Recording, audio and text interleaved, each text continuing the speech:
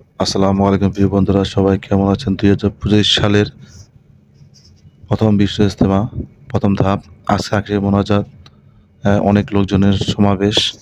তো আগামীকাল রাতেই চলে আসছি, কারণ সকালবেলা এখানে আসা সম্ভব না।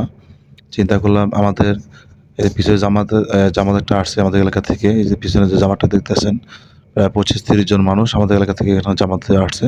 তো আমি চিন্তা করলাম এখানে সবার সাথে একটা রাত কেটে দেই। তো আমি গতকাল রাতেই এখানে চলে আসছি। আসার পরে সারারাত নামাজ কালাম ইবাদতবন্দি করেছি। মহান আল্লাহ তাআলার খুব ভালো লেগেছে।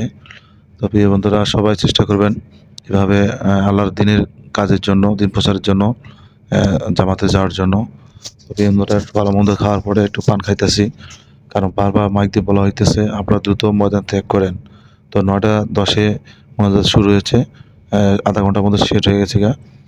তারপরে আমরা দ্রুত খাওয়া-দাওয়া করে ময়দান ত্যাগ করতেছি।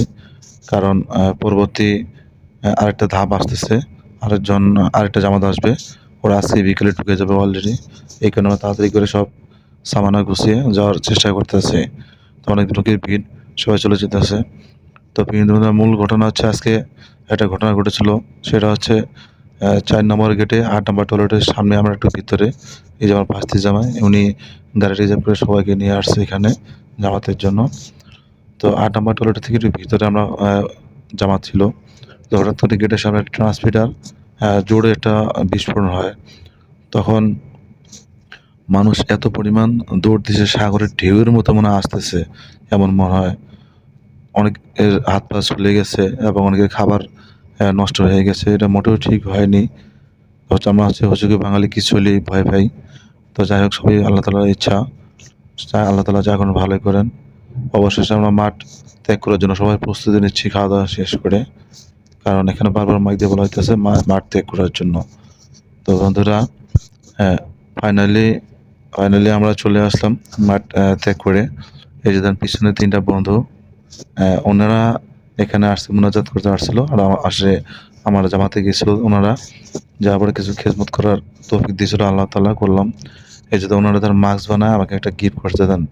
৪ জন মিলে একই মাস্ক। কেমন হয়েছে সবাই কমেন্ট করে অবশ্যই জানাবেন। আর সবার জন্য দোয়া করবেন ইনশাআল্লাহ। তো বন্ধুরা, এত পরিমাণ রাস্তায় ভিড়, মানুষ, এই মাঠ থেকে বের হয়ে হাঁটা শুরু করেছি। প্রায় ২ ঘন্টা ধরে হাঁটতেছি বাসার উদ্দেশ্যে। রাস্তা শেষ হইতেছে না, গাড়ি পাইতেছি না। কোনো ধরনের রিক্সা কিংবা বাস চলাচল করতেছে না, সবকিছুই বন্ধ।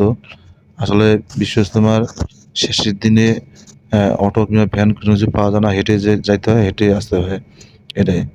তো যাই হোক, কোনো কষ্ট মনে হইতেছে না, খুব ভালো লাগতেছে। আল্লাহ তাআলার দিন কামের জন্য গেছিলাম একদিন রাতে, খুব ভালো লাগছে। তো বন্ধুরা, সবাই ভালো থাকবেন, সুস্থ থাকবেন। ভিডিওটি যদি ভালো